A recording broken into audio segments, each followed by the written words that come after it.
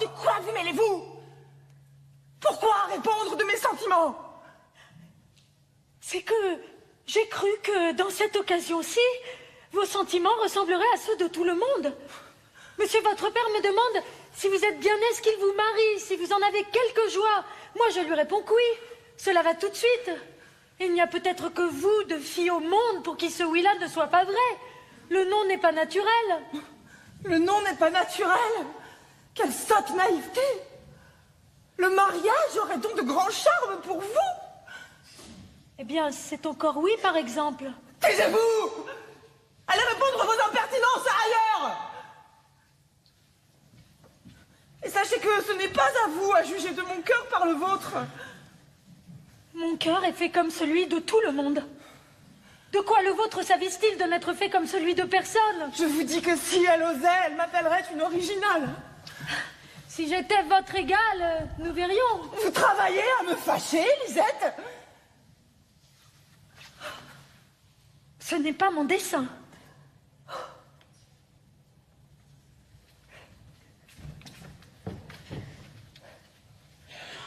Mais dans le fond, voyons, quel mal ai-je fait de dire à Monsieur Orgon que vous étiez bien aise d'être marié?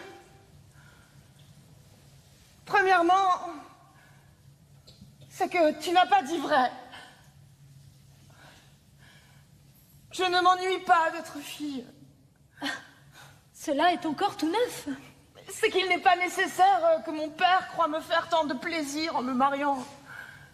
Parce que cela le fait agir avec une confiance qui ne servira peut-être de rien. Quoi? Vous n'épouserez pas celui qui vous destine? Que sais-je? Peut-être ne me conviendra-t-il point. Et cela m'inquiète.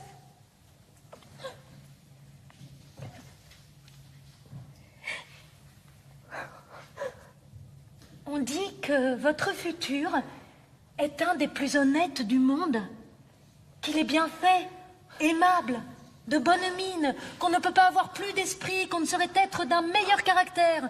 Que voulez-vous de plus? Peut-on se figurer de mariage plus doux, d'union plus délicieuse? Délicieuse? Que tu es folle avec tes expressions.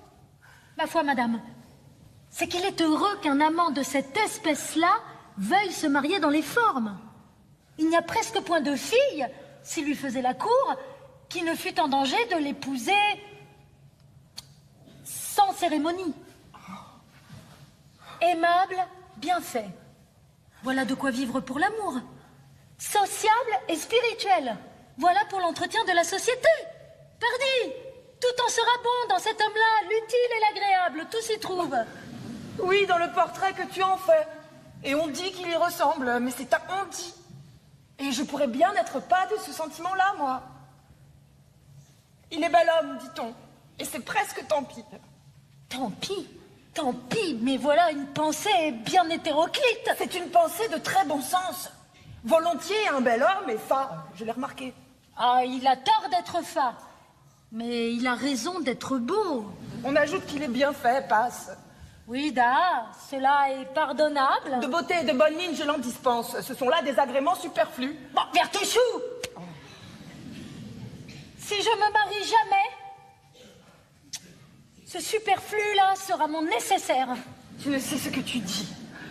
Dans le mariage, on a plus souvent affaire à l'homme raisonnable qu'à l'aimable homme. En un mot, je ne lui demande qu'un bon caractère. Et cela est plus difficile à trouver qu'on ne pense. On loue beaucoup le sien, mais qui est-ce qui a vécu avec lui? Les hommes ne se contrefont-ils pas, hein? Surtout quand ils ont de l'esprit. N'en ai-je pas vu, moi, qui paraissaient avec leurs amis les meilleurs gens du monde? C'est la douceur, la raison, l'enjouement même.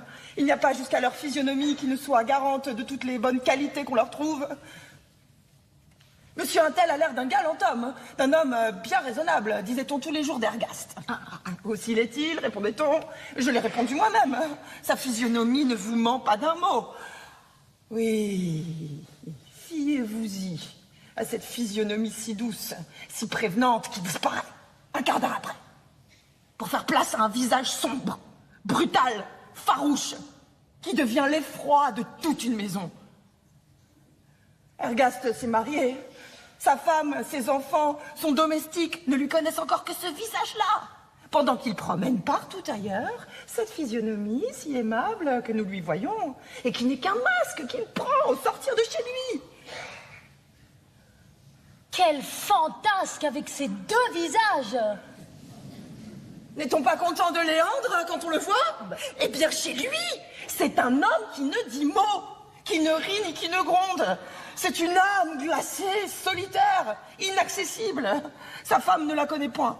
D'un point de commerce avec elle. Elle n'est mariée qu'avec une figure qui sort d'un cabinet, qui vient à table et qui fait expirer de langueur, de froid et d'ennui tout ce qui l'environne.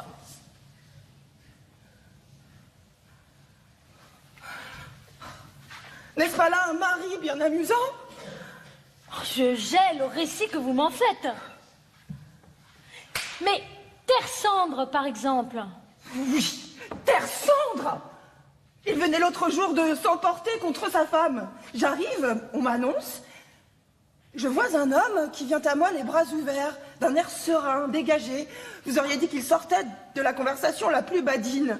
Sa bouche et ses yeux riaient encore. Le fourbe! Voilà ce que c'est que les hommes. Qui est-ce qui croit que sa femme est à plaindre avec lui? Je la trouvais tout abattue, le teint plombé, avec des yeux qui venaient de pleurer. Je la trouvais comme je serais peut-être. Voilà mon portrait à venir. Je vais du moins risquer d'en être une copie. Elle me fit pitié, Lisette. Si j'allais te faire pitié aussi. Cela est terrible, hein? Qu'en dis-tu? Ah, songe à ce que c'est qu'un mari. Un mari, c'est un mari. Vous ne deviez pas finir par ce mot-là, il me raccommode avec tout le reste. Et bonjour, ma fille. La nouvelle que je viens t'annoncer te fera-t-elle plaisir? Ton prétendu arrive aujourd'hui. Son père me l'apprend par cette lettre-ci.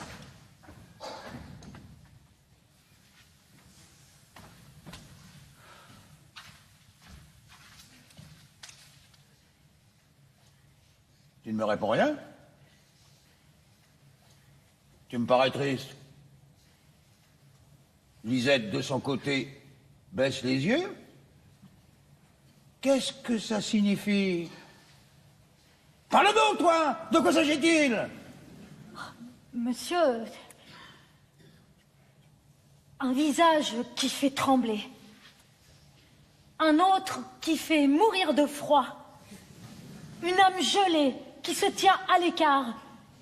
Et puis, le portrait d'une femme qui a le visage abattu, un teint plombé, des yeux bouffis et qui viennent de pleurer. Voilà, monsieur, tout ce que nous considérons avec tant de recueillement. Que veut dire ce galimatia? Une âme? Un portrait? Explique-toi donc, je n'y entends rien. C'est que j'entretenais Lisette du malheur d'une femme maltraitée par son mari. Je lui citais celle de Terre Cendre, que je trouvais l'autre jour fort abattue, parce que son mari venait de la quereller. Et je faisais là-dessus mes réflexions. Oui, nous parlions d'une physionomie qui va et qui vient. Nous disions qu'un mari porte un masque avec le monde et une grimace avec sa femme. Ah. De tout cela, ma fille, je comprends que le mariage t'alarme. D'autant plus que tu ne connais point Dorante. Premièrement, il est beau. Et c'est presque tant pis. Tant pis.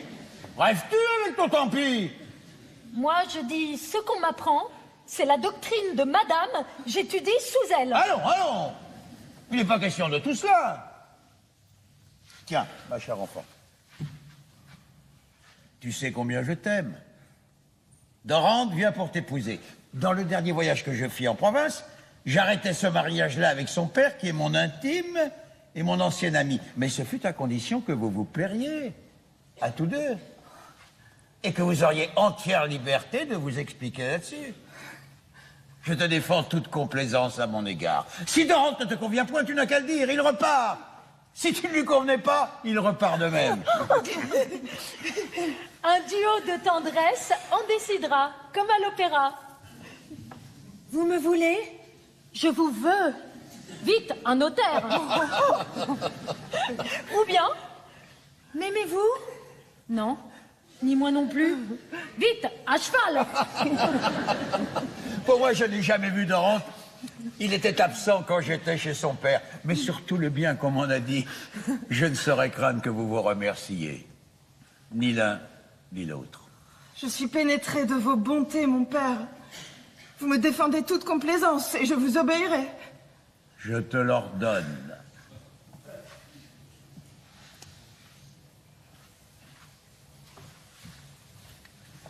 Mais si j'osais, je vous proposerais, sur une idée qui me vient, de m'accorder une grâce qui me tranquilliserait tout à fait. Parle. Si la chose est faisable, je te l'accorde. Elle est très faisable, mais je crains que ce ne soit abusé de vos bontés. Eh bien, abuse. Va. Dans ce monde, il faut être un peu trop bon pour l'être assez. Oh. Il n'y a que le meilleur de tous les hommes qui puisse dire cela. Explique-toi, ma fille. Dorante arrive ici aujourd'hui. Si je pouvais le voir, l'examiner un peu sans qu'il me connût. Lisette a de l'esprit, monsieur. Elle pourrait prendre ma place pour un peu de temps, et je prendrais la sienne. Son idée est plaisante. Laisse-moi rêver un peu, ce que tu me dis là. Si je la laisse faire, il doit arriver quelque chose de bien singulier. Elle ne s'y attend pas elle-même. Soit, ma fille, je te permets le déguisement. Es-tu bien sûr de soutenir le tien, Lisette? Moi, monsieur, vous savez qui je suis? Essayez de m'en compter et manquez de respect, si vous l'osez. À cette contenance-ci, voilà un échantillon des bons airs avec lesquels je vous attends. Qu'en dites-vous? Retrouvez-vous, Lisette? Comment non? Je m'y trompe actuellement moi-même. Mais il n'y a pas de temps à perdre. Va t'ajuster suivant ton rôle. Dorante peut nous surprendre. Hâtez-vous! Et qu'on donne le mot à toute la maison. Il ne me faut presque qu'un tablier. Et moi, je vais à ma toilette. Venez m'y coiffer. Lisette!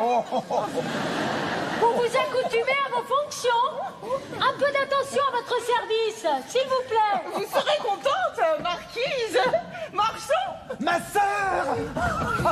Je te félicite de la nouvelle que j'apprends. Nous allons voir ton amant, dit-on. Oui, mon frère. Mais je n'ai pas le temps de m'arrêter. J'ai des affaires sérieuses. Et mon père vous les dira. Je vous quitte. Ne l'abusez pas, Mario, venez. Vous saurez de quoi il s'agit. Qu'y a-t-il de nouveau, monsieur? Je commence par vous recommander d'être discret sur ce que je vais vous dire, au moins. Je suivrai vos ordres. Nous verrons Dorante aujourd'hui, mais nous ne le verrons que déguisé. Déguisé. Viendra-t-il en partie de masque? Lui donnerez-vous le bal? Écoutez l'article de la lettre du père. Je ne sais au reste ce que vous penserez d'une imagination qui est venue à mon fils. Elle est bizarre, il en convient lui-même, mais le motif est pardonnable et même délicat. C'est qu'il m'a prié de lui permettre de n'arriver d'abord chez vous que sous la figure de son valet, qui, de son côté, fera le personnage de son maître. Cela sera plaisant. Écoutez le reste. Mon fils sait combien l'engagement qu'il va prendre est sérieux, et il espère, dit-il, sous ce déguisement de peu de durée, saisir quelques traits du caractère de notre futur et la mieux connaître, pour se régler ensuite sur ce qu'il doit faire, suivant la liberté que nous sommes convenus de leur laisser. Pour moi, qui m'en fie bien à ce que vous m'avez dit de votre aimable fille, j'ai consenti à tout. Prenons la précaution de vous avertir, quoi qu'il m'ait demandé le secret de votre côté. Vous en userez là-dessus avec la future, comme vous le jugerez à propos. Voilà ce que le père m'écrit. Ce n'est pas le tout. Voici ce qui arrive. C'est que votre sœur, inquiète de son côté sur le chapitre de Dorante, dont elle ignore le secret, m'a demandé de jouer ici la même comédie. Et cela précisément pour observer Dorante, comme Dorante veut l'observer. Qu'en dites-vous? Savez-vous rien de plus particulier que ça? Actuellement, la maîtresse et la suivante se travestissent. Que me conseillez-vous, Mario? Avertirai-je votre sœur ou non? Ma foi, monsieur, puisque les choses prennent ce train-là, je ne voudrais pas les déranger.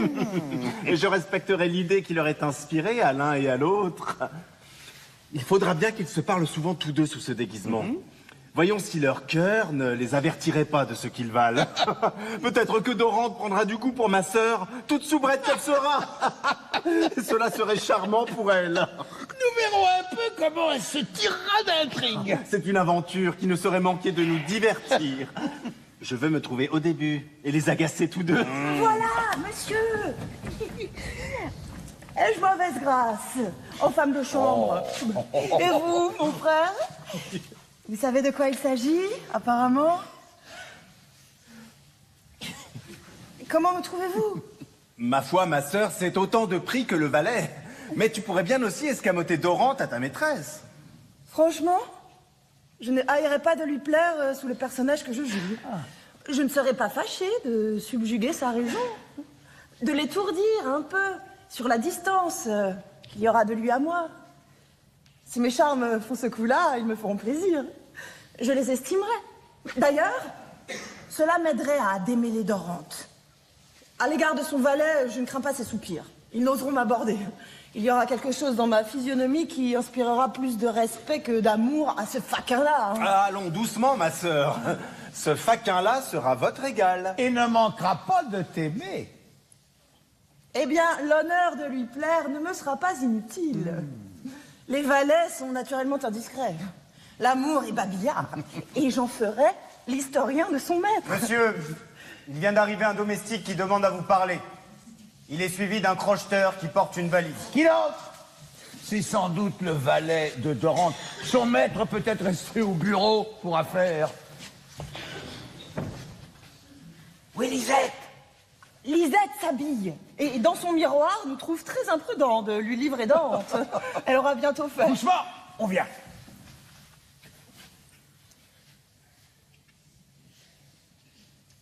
Je cherche Monsieur Orgon. N'est-ce pas à lui à qui j'ai l'honneur de faire la révérence?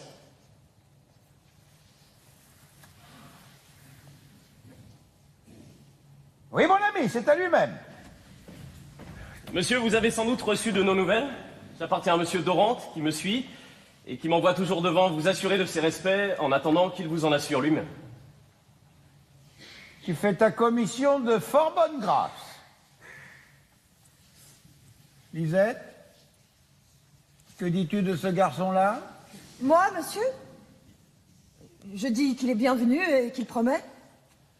Vous avez bien de la bonté, je fais du mieux qu'il m'est possible. Il n'est pas mal tourné, au moins. Ton cœur n'a qu'à se bien tenir, Lisette. Mon cœur, c'est bien des affaires. Ne vous fâchez pas, mademoiselle, ce que dit monsieur ne m'en fait point à croire. Cette modestie-là me plaît, continuez de même. Fort bien, mais il me semble que ce nom de mademoiselle qu'il te donne est bien sérieux. Entre gens comme vous, le style des compliments ne doit pas être si grave. Vous seriez toujours sur le qui-vive. Allons, traitez-vous plus commodément. Tu as nom Lisette. Et toi, mon garçon, comment t'appelles-tu? Bourguignon, monsieur, pour vous servir. Eh bien, Bourguignon, soit.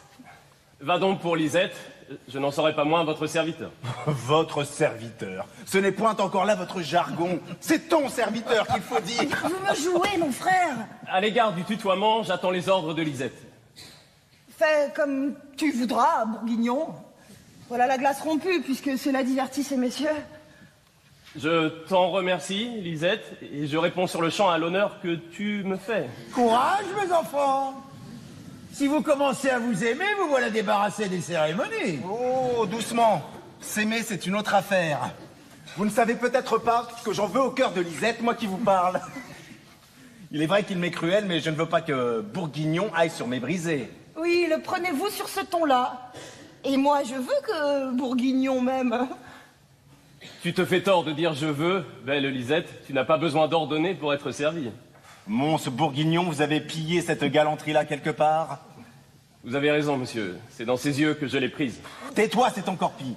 Je te défends d'avoir tant d'esprit. Il ne l'a pas à vos dépens. Et s'il en trouve dans mes yeux, il n'a qu'à prendre. Oh, mon fils, vous perdrez votre procès, retirons-nous.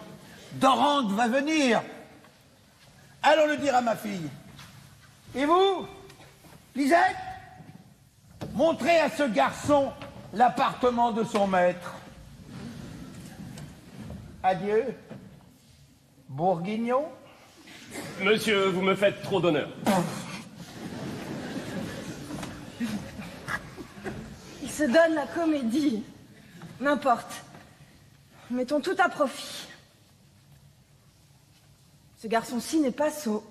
Et je ne plains pas la soubrette qu'il aura. Oh, il va m'en compter, laissons-le dire, pourvu qu'il m'instruise.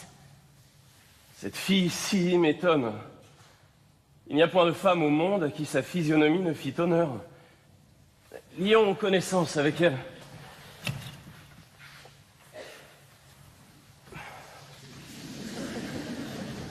Puisque nous sommes dans le style amical et que nous avons abjuré les façons, dis-moi, Lisette, ta maîtresse te vaut-elle? Elle est bien hardie d'oser avoir une femme de chambre comme toi. Bourguignon, cette question-là m'annonce que, suivant la coutume, tu arrives avec l'intention de me dire des douceurs, n'est-il pas vrai? Ma foi, je n'étais pas venu dans ce dessin-là, je te l'avoue. Tout valet que je suis, je n'ai jamais eu de grande liaison avec les soubrettes. Je n'aime pas l'esprit domestique. Mais à ton égard, c'est une autre affaire. Comment donc? Tu me soumets, je suis presque timide. Ma familiarité n'oserait s'apprivoiser avec toi. J'ai toujours envie d'ôter mon chapeau de dessus ma tête. Et quand je te tutoie, il me semble que je jure. Enfin, j'ai un penchant à te traiter avec des respects qui te feraient rire. Quelle espèce de suivante es-tu donc avec ton air de princesse?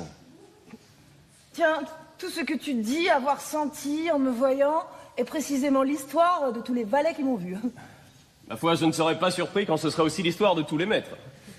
C'est très joli, assurément. Mais je te le répète encore, je ne suis point faite aux cajoleries de ceux dont la garde-robe ressemble à la tienne. C'est-à-dire que ma parure ne te plaît pas? Non, Bourguignon. Laissons là l'amour et soyons bons amis. Rien que cela. Ton petit traité n'est composé que de 2 clauses impossibles. Quel homme pour un valet. Il faut pourtant qu'il s'exécute. On m'a prédit que je n'épouserai jamais qu'un homme de condition. Et j'ai juré depuis de n'en écouter jamais d'autre. Parbleu, cela est plaisant. Ce que tu as juré pour homme, je l'ai juré pour femme, moi. Et j'ai fait serment de n'aimer sérieusement qu'une fille de condition. Ne t'écarte donc pas de ton projet. Je ne m'en écarte peut-être pas tant que nous le croyons. Tu as l'air bien distingué, et l'on est quelquefois fille de condition sans le savoir. Je te remercierais de ton éloge si ma mère n'en faisait pas les frais. Eh bien, venge-t'en sur la mienne si tu me trouves assez bonne mine pour cela. Il le mériterait. Oh, mais ce n'est pas là de quoi il est question. Trêve de badinage. C'est un homme de condition qui m'est prédit pour époux, et je n'en rabattrai rien. Parbleu, si j'étais telle, la prédiction me menacerait, j'aurais peur de la vérifier.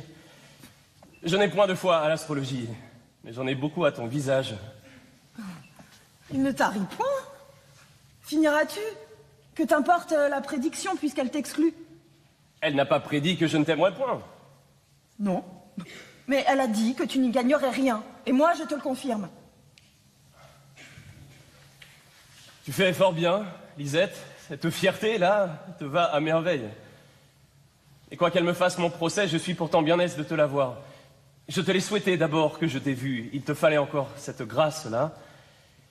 Et je me console d'y perdre parce que tu y gagnes. Mais en vérité, voilà un garçon qui me surprend, malgré que j'en ai. Dis-moi, qui es-tu, toi, qui me parle ainsi? Le fils d'honnêtes gens qui n'était pas riche. Va, je te souhaite de bon cœur une meilleure situation que la tienne. Et je voudrais pouvoir y contribuer. La fortune a tort avec toi. Ma foi, l'amour a plus de tort qu'elle. J'aimerais mieux qu'il me fût permis de te demander ton cœur que d'avoir tous les biens du monde.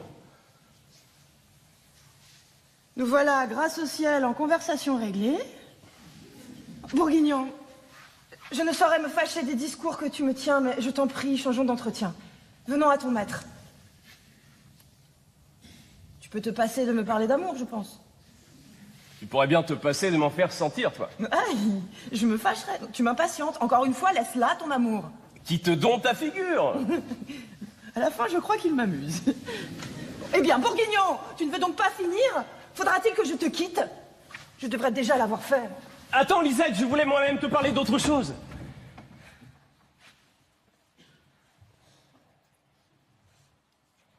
Mais je ne sais plus ce que c'est. J'avais de mon côté quelque chose à te dire. Mais tu m'as fait perdre mes idées aussi, à moi. Je me rappelle de t'avoir demandé si ta maîtresse te valait. Tu reviens à ton chemin par un détour. Adieu. Et non, te dis-je, Lisette, il ne s'agit ici que de mon maître. Eh bien, soit. Je voulais te parler de lui aussi. Et j'espère que tu voudras bien me dire confidemment ce qu'il est. Ton attachement pour lui m'en donne bonne opinion. Il faut qu'il ait du mérite, puisque tu le sers. Oh. Tu me permettras peut-être bien de te remercier de ce que tu me dis là, par exemple? Veux-tu bien ne prendre pas garde à l'imprudence que j'ai eu de le dire? Voilà encore de ces réponses qui m'emportent. Fais comme tu voudras, je n'y résiste point. Et je suis bien malheureux de me trouver arrêté par tout ce qu'il y a de plus aimable au monde. Et moi, je voudrais bien savoir comment il se fait que j'ai la bonté de t'écouter. Car assurément, cela est singulier. Tu as raison, notre aventure est unique.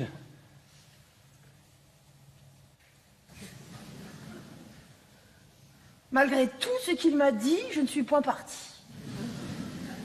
Je ne pars point. Me voilà encore et je réponds. En vérité, cela passe la raillerie. Adieu! Achevons donc ce que nous voulions dire. Adieu, te dis-je, plus de quartier. Quand ton maître sera venu, je tâcherai, en faveur de ma maîtresse, de le connaître par moi-même, s'il en vaut la peine. En attendant, tu vois, cet appartement, c'est le vôtre. Tiens, voici mon maître. Ah hein? Te voilà, Bourguignon. Mon porte-manteau. Et toi, avez-vous été bien reçu ici? Il n'était pas possible qu'on nous reçût mal, monsieur. Un domestique, là-bas, m'a dit d'entrer ici. Et qu'on allait avertir mon beau-père, qui était avec ma femme. Vous voulez dire monsieur Orgon? Et sa fille, sans doute, monsieur? Eh oui, mon beau-père et ma femme, autant vaut. Je viens pour épouser. Ils m'attendent pour être mariés. Cela est convenu. Il ne manque plus que la cérémonie, qui est une bagatelle. C'est une bagatelle qui vaut bien la peine qu'on y pense. Oui, mais quand on y a pensé, on n'y pense plus. Bourguignon, on est homme de mérite, à bon marché chez vous, ce me semble. Que dites-vous là à mon valet, la belle? Rien. Je lui dis seulement que je vais faire descendre monsieur Orgon. Et pourquoi ne pas dire mon beau-père, comme moi? C'est qu'il ne l'est pas encore. Elle a raison, monsieur, le mariage n'est pas fait. Eh bien, me voilà pour le faire. Attendez donc qu'il soit fait. Pardi, voilà bien des façons pour un beau-père de la veille ou du lendemain. En effet, quelle si grande différence y a-t-il entre être marié ou ne l'être pas? Oui, monsieur, nous avons tort. Et je cours informer votre beau-père de votre arrivée. Et ma femme aussi, je vous prie. Mais avant que de partir, dites-moi une chose, vous, qui êtes si jolie, n'êtes-vous point la soubrette de l'hôtel? Vous l'avez dit. C'est fort bien fait. Je m'en réjouis. Croyez-vous que je plaise, ici?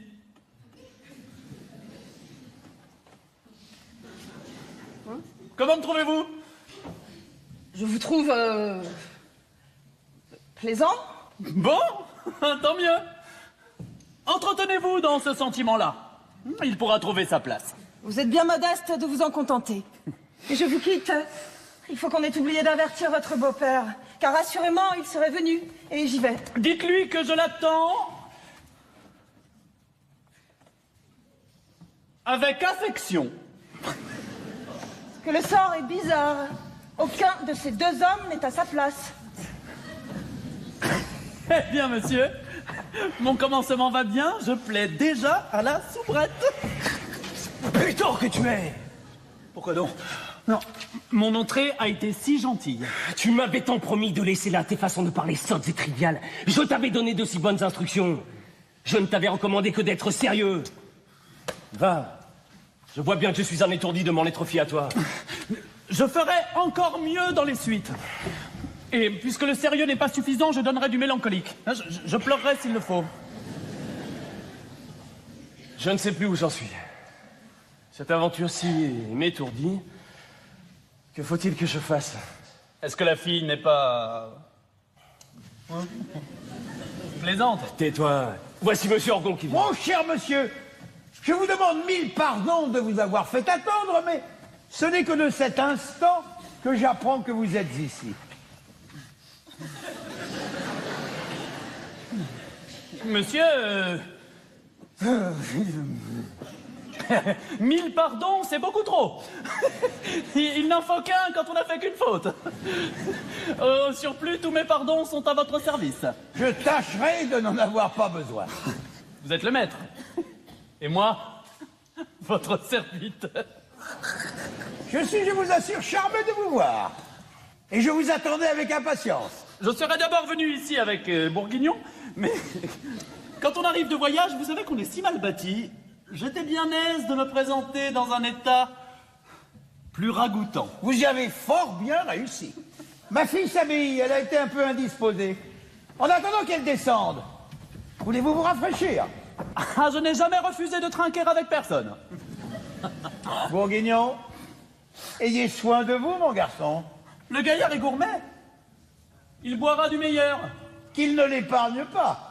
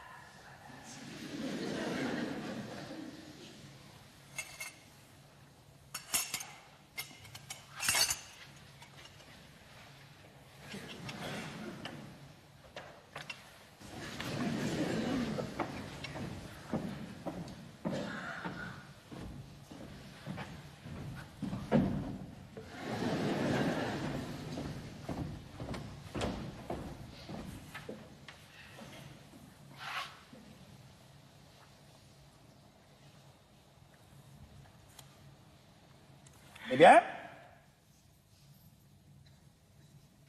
Que me veux-tu, Lisette? J'ai à vous entretenir un moment.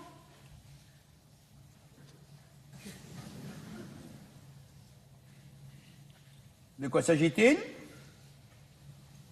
de vous dire l'état où sont les choses, parce qu'il est important que vous en soyez éclaircis, afin que vous n'ayez point à vous plaindre de moi.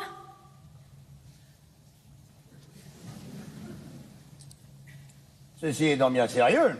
Oui, très sérieux. Vous avez consenti au déguisement de mademoiselle Sylvia? Moi-même, je l'ai trouvé d'abord sans conséquence, mais je me suis trompée. Et de quelles conséquences est-il donc? Monsieur, on a de la peine à se louer soi-même. Mais malgré toutes les règles de la modestie, il faut pourtant que je vous dise que si vous ne mettez ordre à ce qui arrive, votre prétendu gendre n'aura plus de cœur à donner à mademoiselle votre fille. Il est temps qu'elle se déclare. Cela presse, car un jour plus tard, je n'en réponds plus.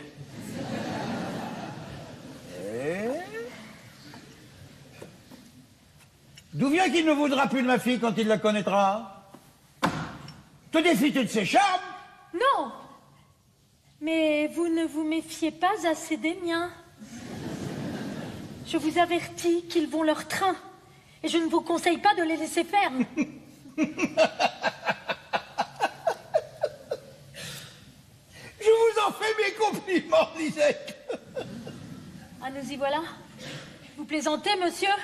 Vous vous moquez de moi? J'en suis fâchée car vous y serez pris. Ne t'en embarrasse pas, Lisette. Va ton chemin. Je vous le répète encore, le cœur de Dorante va bien vite. Tenez, actuellement, je lui plais beaucoup. Ce soir, il m'aimera. Il m'adorera demain. Je ne le mérite pas, il est de mauvais goût, vous en direz ce qu'il vous plaira, mais cela ne laissera pas que d'être, voyez-vous? Demain, je me garantis adorer. Eh bien, que vous importe? S'il vous aime tant, qu'il vous épouse. Quoi? Vous ne l'en empêcheriez pas? Non. D'homme d'honneur. Si tu le mènes jusque-là. Monsieur, prenez-y garde. Jusqu'ici, je n'ai pas aidé à mes appâts. Je les ai laissés faire tout seuls. J'ai ménagé sa tête. Si je m'en mêle, je la renverse. Il n'y aura plus de remède. Renverse, ravage, brûle. Enfin, épouse. Je te le permets si tu le peux.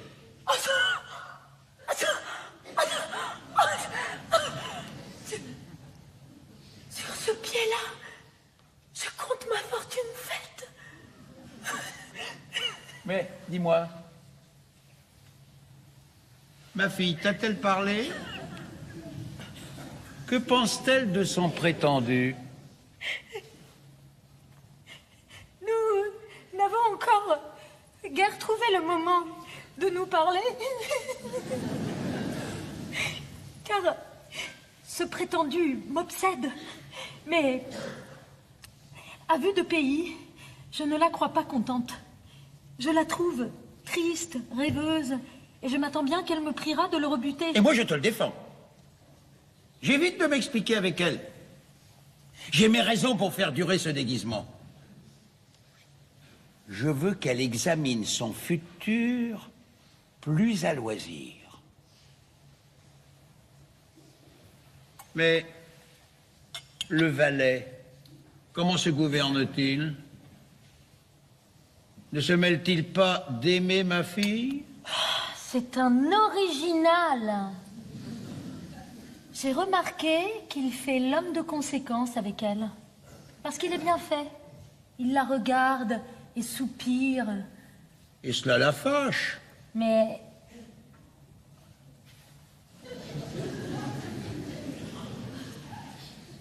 elle rougit. Bon, tu te trompes. Les regards d'un valet ne l'embarrassent pas jusque-là. Monsieur, elle rougit. C'est ton indignation. À la bonne heure. Eh bien, quand tu lui parleras, dis-lui que tu soupçonnes ce valet de la prévenir contre son maître. Et si elle se fâche, Ne t'en inquiète point, ce sont mes affaires. Mais voici Dorante qui te cherche, apparemment. Oh. Je vous retrouve, hein? Merveilleuse dame, je vous demandais à tout le monde. Serviteur. Cher beau-père, où peut s'en faut? Ah, serviteur. Adieu, mes enfants. Je vous laisse ensemble. Il est bon que vous vous aimiez un peu avant que de vous marier. Je ferais bien ces deux besognes-là à la fois, moi. Point d'impatience. Adieu. Ah.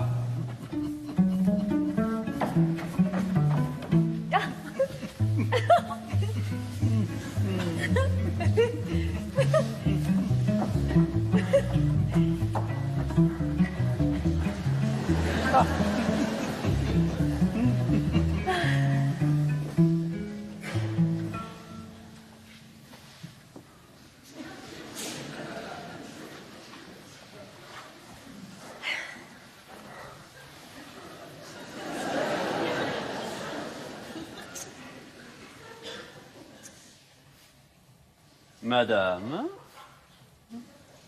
il dit que je ne m'impatiente pas. Il en parle bien à son aise, hein, le bonhomme. Oh, j'ai de la peine à croire qu'il vous en coûte autant d'attendre. Monsieur, c'est par galanterie que vous faites l'impatient. À peine êtes-vous arrivé. Votre amour ne saurait être bien fort. Ce n'est tout au plus qu'un amour naissant.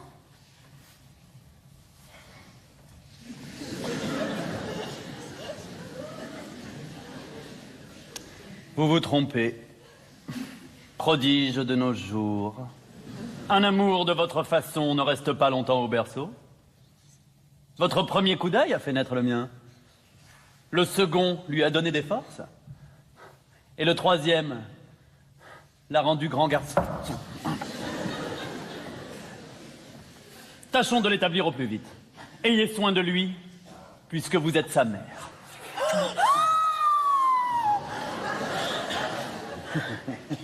Trouvez-vous qu'on le maltraite? Est-il si abandonné? En attendant qu'il soit pourvu, donnez-lui seulement votre belle main blanche. Hein, pour l'amuser un peu.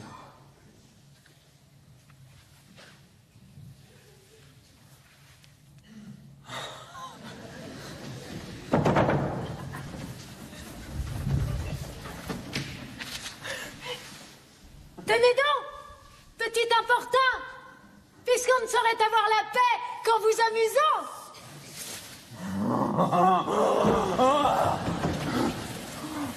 Oh, cher joujou de mon âme. Moi, cela me réjouit. Comme du vin. Délicieux.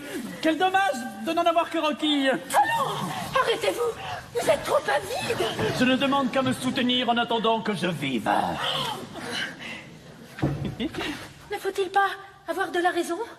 De la raison? Hélas, je l'ai perdue. Vos beaux yeux sont les filous qui me l'ont volé. Mais est-il possible que vous m'aimiez tant? Je ne saurais me le persuader. Je ne me soucie pas de ce qui est possible, moi.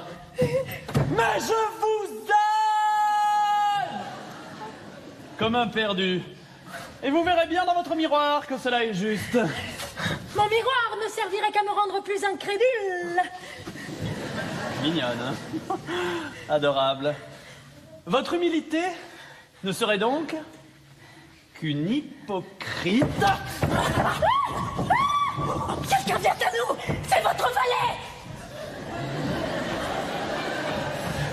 Monsieur, pourrais-je vous entretenir un moment? Non!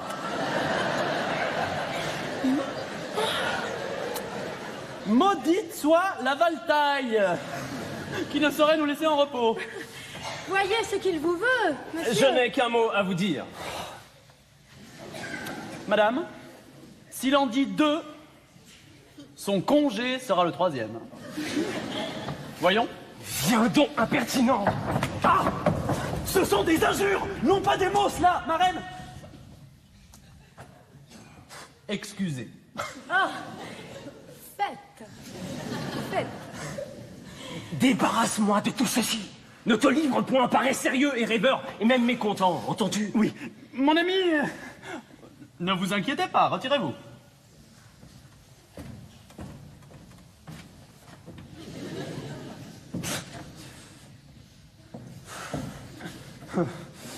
Madame, sans lui, j'allais vous dire de belles choses, et je n'en trouverai plus que de communes à cette heure.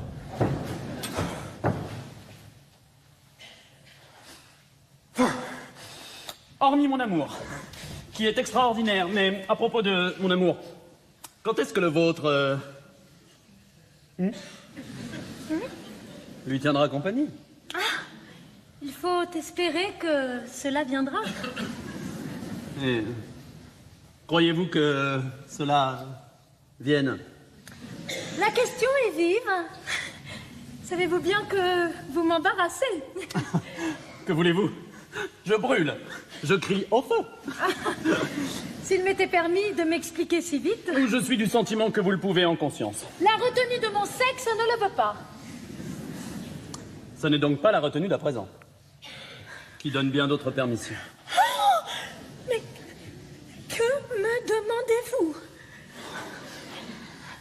Dites-moi un petit brin que vous m'aimez. Tenez, je vous aime, moi, faites l'écho. Répétez, princesse. Mais quel insatiable! Eh bien, monsieur,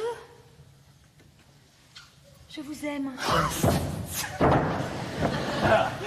Eh bien, madame, je me meurs. Mon bonheur me confond, j'ai peur d'en courir les champs. Vous m'aimez. Cela est admirable. J'aurais lieu à mon tour d'être étonnée de la promptitude de votre hommage. Peut-être m'aimerez-vous moins quand nous nous connaîtrons mieux. Ah, madame, quand nous en serons là, j'y perdrai beaucoup. Il y aura bien à décompter. Vous me croyez plus de qualité que je n'en ai. Vous, madame, vous ne savez pas les miennes. Je ne devrais vous parler qu'à genoux. Souvenez-vous qu'on n'est pas les maîtres de son sort. Les pères et mères font tout à leur tête. Pour moi, mon cœur vous aurait choisi. Dans quelque état que vous eussiez été. Il a beau jeu pour me choisir encore. Puis-je me flatter que... vous êtes de même à mon égard?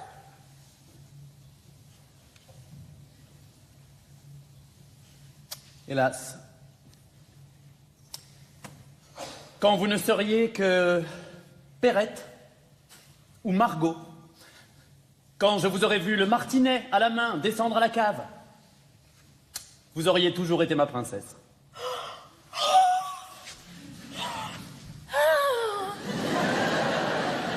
Puissent de si beaux sentiments être durables.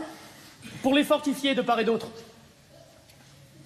jurons-nous de nous aimer toujours, en dépit de toutes les fautes d'orthographe que vous aurez faites sur mon compte. J'ai plus d'intérêt que vous à ce serment-là. Et je le fais de tout mon cœur.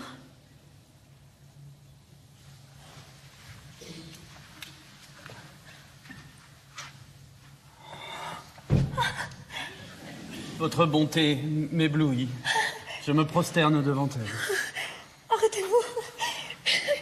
Je ne saurais vous souffrir dans cette posture-là. Je serais ridicule de vous y laisser. Levez-vous.